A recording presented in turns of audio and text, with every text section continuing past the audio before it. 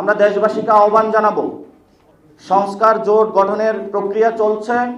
পুরো বাংলাদেশ আপনাদের বুকে দাড়িপাল্লার ব্যাচ থাকুক, ধানের ব্যাচ থাকুক, বুথে গিয়ে কিন্তু আপনারা এই যে সংস্কার জোটে ভোটটা দিয়ে আসবেন।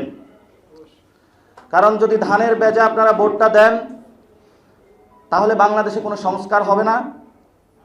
দাড়িপাল্লার যদি আপনারা সেখানে ভোট দেন কোনো সংস্কার হবে না। আর আমরা আগামীর পার্লামেন্টে কোনো একক নেতৃত্বে পার্লামেন্ট দেখতে চাই না। কারণ সংস্কার প্রক্রিয়াকে বাধা দিয়ে উনি ইতিমধ্যেই দেখিয়ে দিয়েছেন যে আমি সংস্কারের বিরোধী, আমি রাজা, আমি ফেসিস্ট হয়ে ওঠার প্রচেষ্টায় আছি। তাহলে একটা ফেসিস্টকে বিদায় করে কেন আমি আরেকটা ফেসিস্টকে নিয়ে আসব? এটা তো কোনো যৌক্তিকতা হতে পারে না। শেখ হাসিনা তো ভারতে পালিয়ে গিয়েছিল, তারেক রহমান পালাবেন কই? পালানোর তো জায়গা নাই।